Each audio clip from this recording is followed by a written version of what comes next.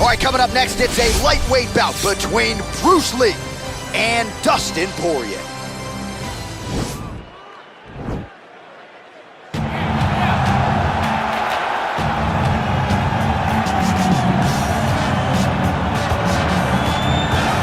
All right, so here he is, one of the best lightweights in the world, Dustin Poirier, putting that status on the line yet again here tonight. Great frame for this lightweight division. It's amazing to think he had as much success at featherweight as he did. Long arms, good footwork, nice submissions as well. This is truly a five-tool play. Yes, he's one of the best fighters in the lightweight division, and it shows every time he steps foot in the octagon. And a victims list that includes Eddie Alvarez, Justin Gaethje, Max Holloway. You know when you're looking at Dustin Poirier that he is one of the best fighters in the UFC lightweight division and has the frame to compete up, and he's shown that before he was a featherweight. So a guy that may compete over 3 weight classes over his UFC career. And we remind you, when he faced Max Holloway at UFC 236 for the interim lightweight title, Holloway came in with a 13-fight winning streak that Poirier promptly ended that fateful night in Atlanta, Georgia. I fear not the man who has practiced 10,000 kicks once, but I fear the man who has practiced one kick 10,000 times. Enter Bruce Lee. I mean, that's Bruce Lee in a nutshell. Over and over and over, he did the same thing, and it shows in the technique because there's no wasted energy. There's no wasted movements. Everything he does with a purpose. He goes in there with an idea of what he's trying to accomplish, and he gets it done. Bruce Lee is the absolute best.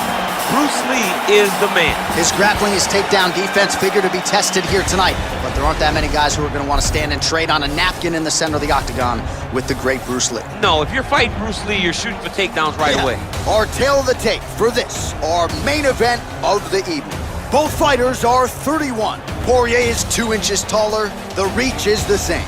We send it inside the octagon. Here's Bruce Buffer. This is the main event of the evening. And when the action begins, our referee in charge, Yves Lavigne.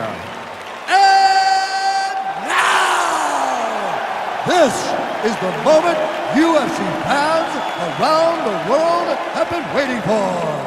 Live from the MGM Grand Garden Arena in Las Vegas. It's time! 5 rounds in the UFC lightweight division. Introducing first, fighting out of the blue corner. This man is a boxer holding a professional record of 26 wins, 6 losses, and 1 no contest. He stands 5 feet 9 inches tall, weighing in at 155 pounds. Fighting out of Coconut Creek, Florida, USA, Dustin the Diamond Poirier. And now introducing his opponent, fighting out of the red corner. This man is a mixed martial artist making his professional debut here tonight. He stands 5 feet 7 inches tall, weighing in at 155 pounds. Fighting out of Los Angeles, California, USA, Bruce the Dragon Lee!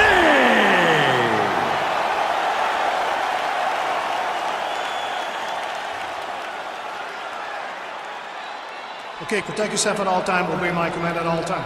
If you want to touch love, do it now, go back to your corner. They touch him up and we are underway.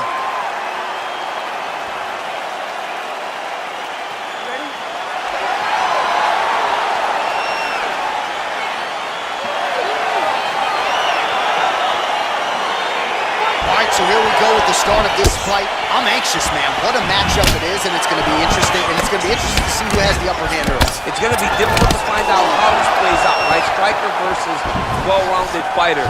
Who's going to be the one that's going to control where this fight takes place? Lee gets caught with that punch. His chin is held up thus far. Got to shore up the defense here, though. Man, is he timing his shots well here tonight, DC. It's hard to recall him being this accurate. All right, so there's the early takedown. He told us on Thursday he didn't necessarily see a path to victory if he couldn't get takedowns. That is certainly a good sign. Right away, he got the takedown. I don't believe they could have imagined that it would work so well so early. Great job. Lee gets tagged by that straight punch. Nice land for the offense there. more strikes to the head. They're certainly getting after it early.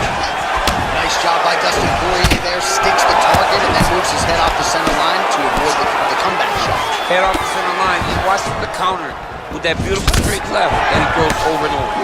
25 total strikes have landed for Dustin Poirier. That is how you scramble, folks. He has a commitment to kicking tonight, and it shows. Beautiful hand skills here, the right then the left. Oh, goes to the ankle pick now to get it down, DC. We'll see how he chooses to proceed from here. Got the ankle pick. Let's see how he advances from this position. Oh, nice job with the knee strike there. That'll wake you up. He thought it would be available. He just knew he had to find the right time to throw it. That was the right time. Try to establish that jab. Nice defense there, huge block. Lee gets caught with that punch. He's treading water now. Gotta find a way to move those feet. Nice job of hiding that head kick. Lands with the kick there, no pad on that foot. No shin guard. He's taking all of that kick every time he throws. Poirier gets plastered with that overhead. Now that's how you draw it up. Nice trip to secure the takedown. Oh, collar tie. In the clinch. Big body punch, digging his entire hip into every single strike. Splits the guard and connects with the punch. Oh, man, I'm starting to feel bad for the canvas as he lands another takedown there. He landed another takedown, and he's doing it over and over again. What I am a massive fan of is his cardio, the ability to be able to keep this pace. He landed it perfectly, perfect placement, perfect position. What a huge blow in a big moment in this fight. And they separate. Big, powerful punch lands. Now he gets back in range. Well, what a round it was. Daniel Cormier, you are one of the greatest mixed martial arts athletes of all time. I'm not sure you can do a Superman punch like that, though. With my luck, I would try to push off and my foot would be slippery, wet or something.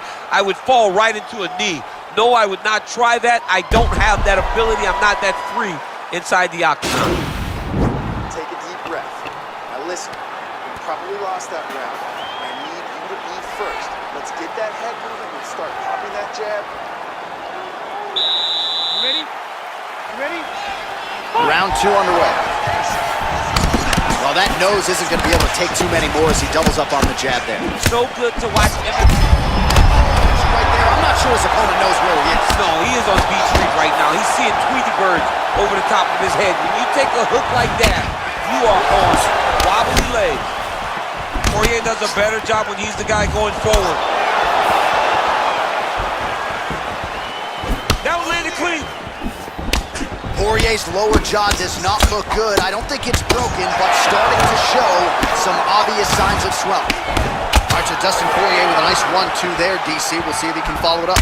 He has natural power on the right, but he's developed great power on the left. That's a problem, man. He's big, he's strong, and Dustin Poirier has unbelievably long arms for such a small guy. That's why the jab gets there so often. It's so damaging physically. Look at how he turns his hip into that leg kick. Well, at this point, you got to think he's got to start to mix things up a bit more. At this point, he's worked the head to great effect, but get some strikes to the midsection. Try to slow your opponent down. Liver kick. Big punch lands over the top. How's he gonna follow this one? Man, he's timing his shots nicely. It's like Tom Brady out there. He hasn't missed the target. I mean, you insist on bringing in Tom Brady. Stop it. John, stop it. Oh, beautiful job by him there. Maybe the opponent was expecting the straight punch, and he goes to the hook. Mike Tyson used to have some of the best hooks in boxing, and this young man tonight is throwing them with that type of intensity.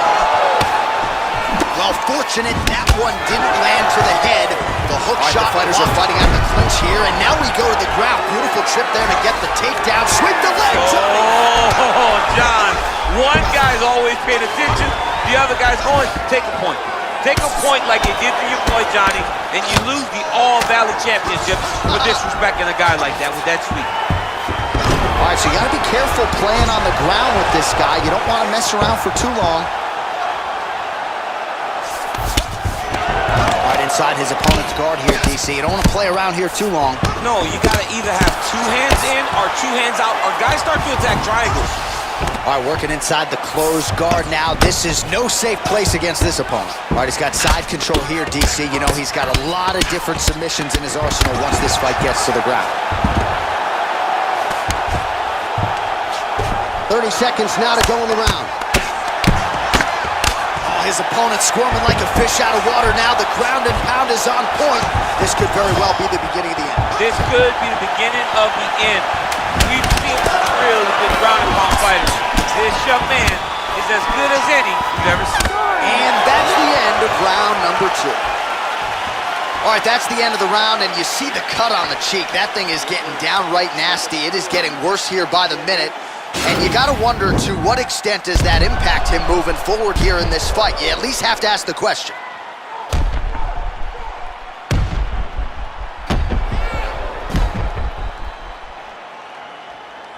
All right, so there's the horn at the end of the round. Multiple takedowns landed for him over the previous 5 minutes. And you know what, John? Even more importantly, look at the opponent now. He's afraid to pull the trigger because he's been taken down so many times. Getting taken down is one thing, but having it happen to you continuously really does make you gun-shy. And right now, he's very tentative to let his offense go because of the fear of getting taken down back to the mat again. Well, it's one thing to have length, it's another thing to use it, and he does it as well as anyone. Nice kick there by Lee. Oh, vicious kick to the outside of that lead leg. You got to start checking these, man. Check these kicks, or you're going to be limping around the octagon very short. Check yourself before you wreck yourself. Really timing his shots nicely. Good tempo, very accurate, finding the range with relative ease. Yeah, he's doing a great job of really overwhelming his opponent with activity. Lee gets caught with that punch. He'd be wise to get those hands up. So he's really starting to put together some significant body shots here. These are going to take their toll as this fight goes on.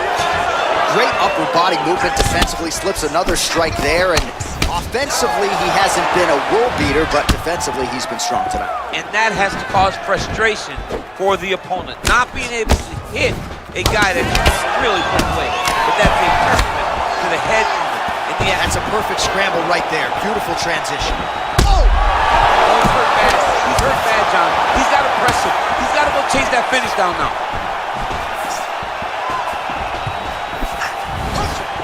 So the unofficial numbers thus far, 120 total man, strikes. Look at that. Signature, perfect. Got to the leg, got to his position, got another beautiful takedown. Close guard. Oh, nicely done there as he escapes back to his feet. Oh, how good is that Poirier jab? He's got huge hands and certainly was able to find the home for his jab there. I mean, the King of Lafayette has got it going tonight. Dustin Poirier fights in the southpaw, but he's a right-handed guy. That's why that jab does so much damage to his opponent. And now he goes with the combination of punches to the head, potentially some concussive damage there. I mean, absolutely concussive damage. Landing all those strikes to the head. He's very accurate, he's very fast, and he has a real confidence every time he throws his punches. Working off of his back here. Looks like he may try to hip escape. Well, you know, I don't like the gi very much, but I have an appreciation, and a healthy one, for these type of transitions. Whoa! He's in trouble. He's hurt bad. Oh, he might be out.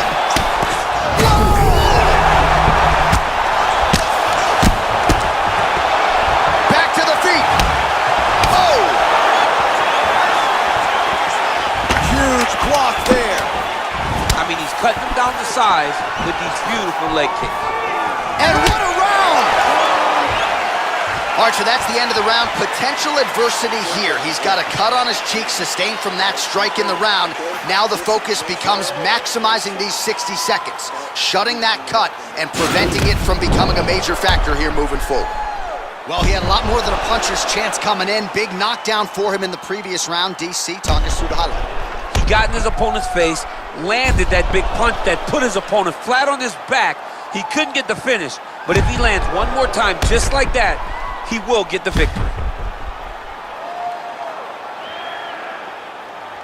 All right, so next round underway here, and you got to admire the stamina that both of these guys still exuded towards the end of that round. Both men put a particular focus on their cardiovascular commitment in this training camp, and it's clearly paid dividends here tonight.